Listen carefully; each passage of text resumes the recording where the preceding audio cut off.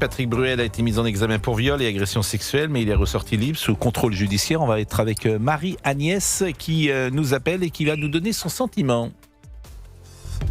16h-18h, Pascal Praud sur Europe 1. Marie-Agnès, bonjour, vous êtes retraitée.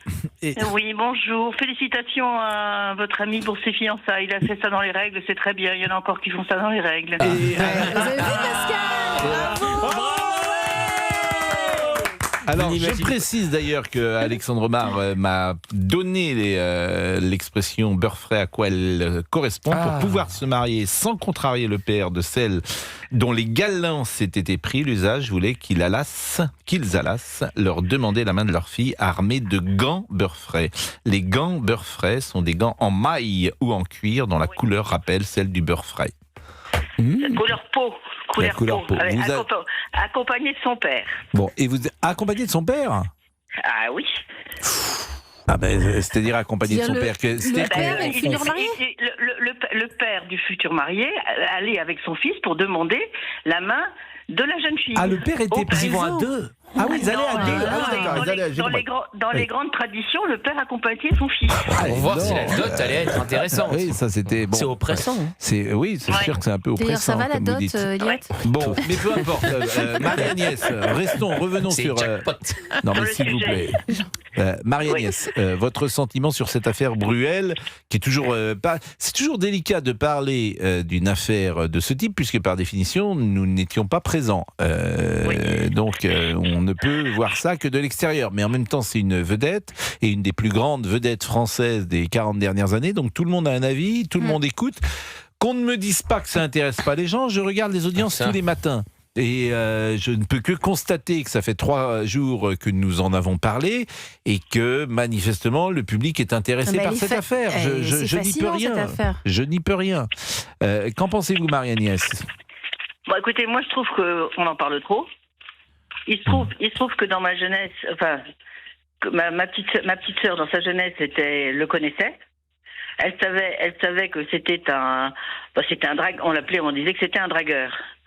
Mais moi, si vous voulez, je trouve que là, on crie haro sur le baudet. Est-ce qu'on crie haro sur le joueur du Paris Saint-Germain qui va passer en jugement? Vous savez très bien dont je veux parler. D'abord, Achraf Hakimi. D'abord, on en parle, mais personne n'en parle. Non, mais Marie-Agnès. Oui.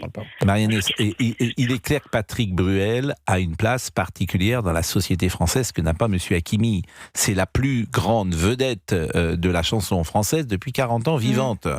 Attendez, donc, Hakimi, il a été reçu à l'Élysée. Non, mais Bruel remplit les salles. Vous ne pouvez pas. Est-ce que vous avez assisté à des concerts de Bruel? Environ 18, une vingtaine de concerts. Mon premier concert, 1990, au Zénith. Oui, moi j'ai 78 ans, 91. Je suis allée parce que ma mère, qui était née en 1923, adorait Bruel, donc on est allé voir Bruel. Ouais. Au premier rang, les trois premiers rangs, vous aviez des hystériques qui n'hésitaient pas à se foutre quasiment à poil devant lui pour attirer son attention. Le mot est facile pour parler des femmes, franchement, voilà, c'est pas parce que... Alors, moi j'étais à tous les concerts, oui, il y a des... comme pour les Rolling Stones, pour tous les concerts, il y a toujours des fans qui se lâchent et qui hurlent, et c'est le principe d'un concert et d'une fan et de groupies. C'est pas forcément des hystériques. Peut-être. En tout cas, moi de toute façon, je vais vous dire une chose. Je suis une femme de 78 ans, n'est-ce pas ? Je trouve, si vous voulez, que là, on en fait 10 fois trop pour lui. Brusquement, elles ressortent toutes du truc. Moi, s'il y a une pièce de théâtre, j'irai le voir. Non, mais là, il y en a plus. Et je vais vous dire une chose. Moi, j'ai travaillé, je suis parmi mes amis, une des rares qui a travaillé. Je vais vous raconter une anecdote. Pourquoi, quelquefois, je doute sur les paroles des femmes. Je travaillais avec des jeunes femmes, et il y en a une qui préparait son mariage. Et elle voulait se faire blanchir les dents, que ça soit remboursé par la sécurité sociale. Et elle se vante, le dentiste lui répond que c'est pas possible, et elle lui dit, texto, elle nous raconte ça droit dans les yeux, je vous jure, sur la tête de mes enfants, mes 3 petits-enfants, eh bien, si vous ne me faites pas une feuille de sécurité sociale, je dirais que vous m'avez touché quand j'étais allongée sur le siège. Oui, vous pouvez Voilà. mais vous pouvez. On va pas généraliser, c'est votre avis. Non, mais Marie-Agnès, je suis désolée. Marie-Agnès, vous pouvez pas moi, faire c'est du toujours un raisonnement par l'exemple. Bah oui. Enfin, Non, mais là, mais c'est ce pas qui me frappe, je vais vous dire ce qui me frappe, c'est que souvent, ça doit amuser les auditeurs ou les téléspectateurs, je sors ma grille de lecture générationnelle. Ce qui me frappe, c'est que vous avez donné votre âge, donc je peux le répéter. Il y a beaucoup de femmes de votre âge qui pensent comme vous. Parce que je les entends. Et en revanche, les gens de 20 ans ne pensent pas du tout comme vous. Et c'est ça qui me frappe. C'est que sur sur un dossier sur lequel on n'a absolument aucune information, vous, naturellement, vous pensez que les femmes mentent, au fond. Naturellement, instinctivement, intuitivement, alors que vous n'avez pas de preuves. Et puis les gens de 20 ans, ils pensent pas comme vous. C'est ça qui m'étonne. Il y a peut-être un Moi, juste par exemple, milieu. je pourrais ne pas avoir d'avis. On peut être neutre et quand même, au fond de soi, se dire attendez, la multiplication des C'est cas ça fait qui nous sens. trouble, bien sûr. Et vous dites que votre dentiste, je veux dire, pour expliquer que ces femmes auraient peut-être menti, vous expliquez qu'une femme que vous avez connue, qui voulait se faire blanchir les dents, avait dit ça à un dentiste. C'est un petit peu juste, si vous me permettez, Marie-Agnès. Je vous aime beaucoup, vous nous appelez régulièrement, mais comme argument, c'est pas solide. Mais regardez l'histoire de Habitant. Finalement. Non mais Habitant, ça n'a rien à voir. Habitant, c'est une personne. Et c'est pas Patrick Bruel. Et puis Habitant, je vous signale qu'il est lavé de tout soupçon. Il a eu des non-lieuses. Oui, et pourquoi on parle pas d'Akemi là? Tout le monde Mais je vous ai répondu pourquoi on parle pas d'Akimi. Je vous ai répondu parce que c'est un joueur de foot. Non, c'est pas pour ça. C'est parce qu'il est juif. Oh, n'entrons pas. Enfin, c'est votre avis, mais évidemment, je modère ce que vous dites. Vous pensez, madame, que c'est juste pour ça que tout le monde en parle? Mais parce que aussi, il faut détourner l'attention du scandale de la mairie de Paris. Mais oui,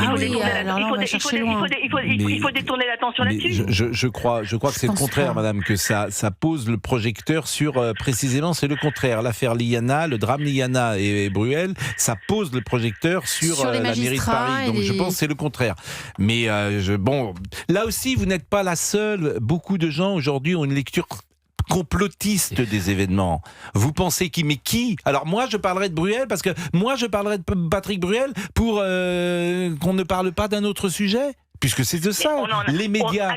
On n'en a pas parlé dans la presse. Est-ce qu'il y a un tel scandale? Mais d'abord, ce que vous dites n'est pas juste. On en a parlé et assez parlé. Il se trouve qu'Hakimi il va être jugé en correctionnel, je crois, et qui n'a pas le même poids dans la société française que Patrick Bruel, quand même. Vous demandez Patrick Bruel, tout le monde sait de qui on parle. Devant une cour criminelle. Allez, il est 17h12, on marque une pause. À tout de suite. Pascal Praud et vous. Et 17h16, nous sommes avec Gauthier, avec Elisabeth Assayag d'abord, avec Elliot Deval, avec Gauthier Lebret et Olivier Guénec. Et on termine donc Olivier Guénec et on termine avec Marie-Agnès. C'est intéressant ce qu'elle dit, Marie-Agnès, parce qu'elle ne croit pas la parole des femmes, mais je m'aperçois que les femmes d'une autre génération ne croient pas la parole de leur cadette. On peut être mesuré aussi. Mais je m'aperçois de ça. Vous vouliez dire un mot, Eliott? Oui, deux choses. D'abord, elle faisait le parallèle avec l'affaire Hakimi, qui est un joueur du Paris Saint-Germain et qui s'envole pour le mondial. C'est une affaire qui date de 2023.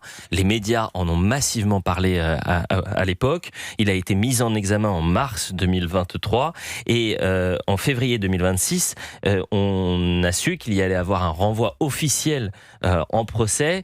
C'est parole contre parole, c'est la parole d'une plaignante qui l'accuse de viol et lui conteste les faits. Là, Patrick Bruel, on a une trentaine de témoignages et les premier chapitre de ces témoignages vient de commencer. C'est ce que disait d'ailleurs Sabrina Berlin-Bouillet ce matin sur Europe 1 et CNews. On n'en est qu'au début de l'affaire Patrick Bruel, donc ça n'a pas de sens de le comparer. Mais en tout cas, Marie-Agnès, c'est ça qui est intéressant. Pourquoi nous aimons entendre les auditeurs? Je ne cherche même pas à convaincre Marie-Agnès. D'abord, ça servirait à rien. Ce qui me frappe. Vous êtes très tolérant, c'est moi qui suis un peu intolérante. Mais c'est pas une question d'intolérance, pas. Moi, vous avez le droit de penser ça, madame. Voilà, je m'aperçois que il y a une lecture souvent. Nous les médias, on nous accuse d'avoir. Vous faites ça et certains imaginent que derrière nos mots, il y aurait des gens qui nous influencent et que nous ne serions que des petites marionnettes avec quelqu'un qui tirerait des fils et tout ça.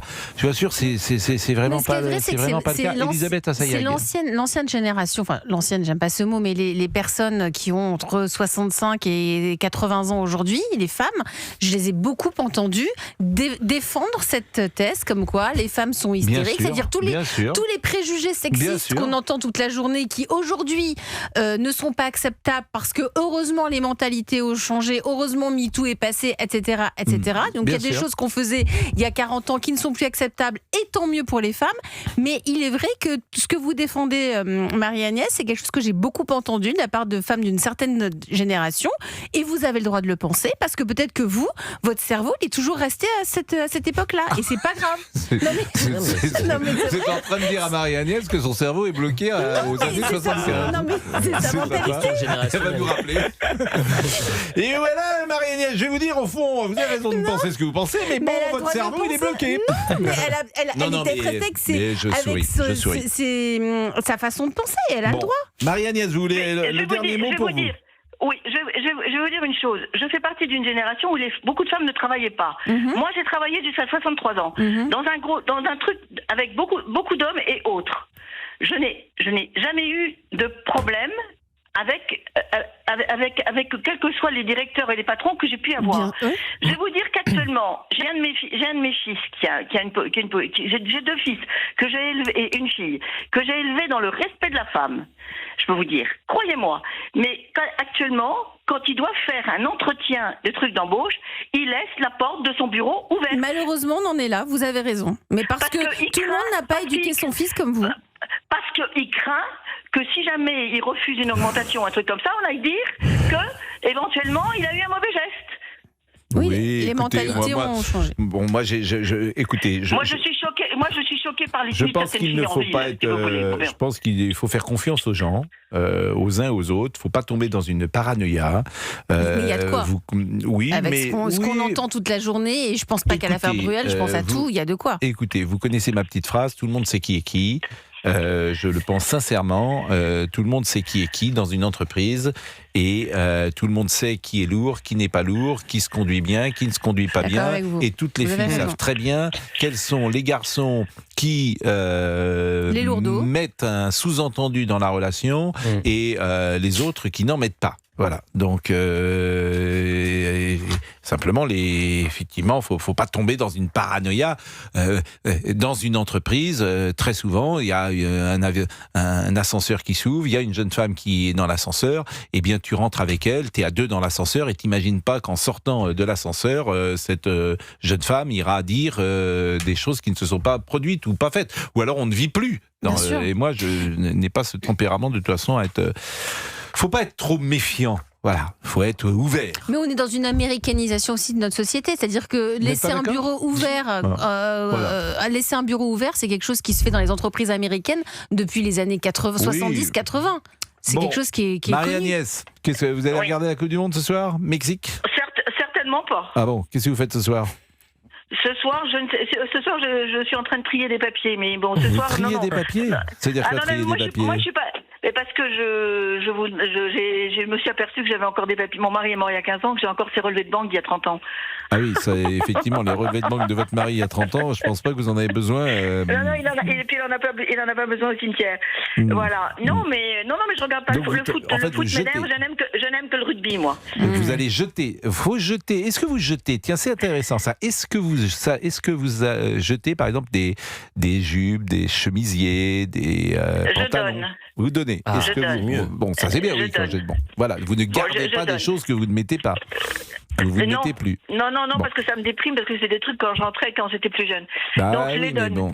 Et quand vous triez les papiers, donc ça veut dire que vous faites le ménage pour... Oui, je suis tombée sur des tas de choses. Je suis retombée sur des trucs que je vais montrer à mes petits-enfants, des photos de leur grand-père quand il était étudiant, quand il faisait tout ça. Je suis tombée sur des trucs comme ça. Est-ce que vous avez gardé des lettres, par exemple, de votre mari qu'il vous écrivait? Oui. Et il vous écrivait des lettres d'amour? Mon mari partait quasiment tous les 3 mois à l'autre bout de la terre pour son travail. Ah oui, et il n'y avait pas de smartphone. Il n'y avait pas de smartphone, il n'y avait pas tout ça, donc il appelait le samedi. Il appelait le samedi, mais il m'envoyait des petites lettres. C'est drôle ça, il appelait le samedi. C'est-à-dire que le samedi, parce que qu'est-ce qu'il faisait votre mari? Mon mari, il était dans une très grosse entreprise de fret maritime.